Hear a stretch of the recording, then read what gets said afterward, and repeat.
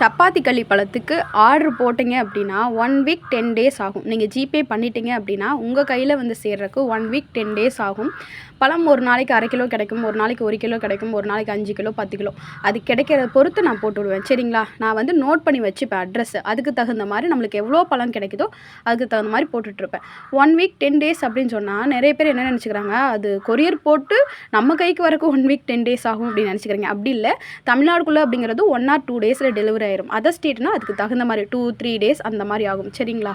ஒருவேளை அடுத்த நாளே உங்கள் கையில் கிடைச்சாலும் கிடைக்கும். அது வந்து பழம் கிடைக்கிறத பொறுத்து. எனக்கு பழம் கிடைச்சிருச்சு அப்படின்னா உங்களுக்கு 1 வீக் கூட ஆகாது. அதுக்குள்ளேயே போட்டு விட்ருவேன். அப்படி கிடைக்கல அப்படின்னா 1 வீக் 10 டேஸ் கண்டிப்பாக ஆகும். சில பேர் வந்து பழம் பறிச்சுட்டு வந்துட்டு எனக்கு அப்புறமா இன்ஃபார்ம் பண்ணுங்கள் போட்டு விட்றேன் அப்படின்ட்டு.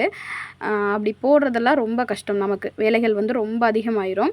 பழம் கிடைக்கும் போதெல்லாம் நான் கொரியர் போட்டுட்டு தான் இருக்கேன். ஆனால் ஒவ்வொருத்தவங்க 1 மாதம் 2 மாதம் 6 மாதம் வெயிட் பண்ணுறேன்னு சொல்கிறீங்க. எப்படின்னு தான் தெரியல.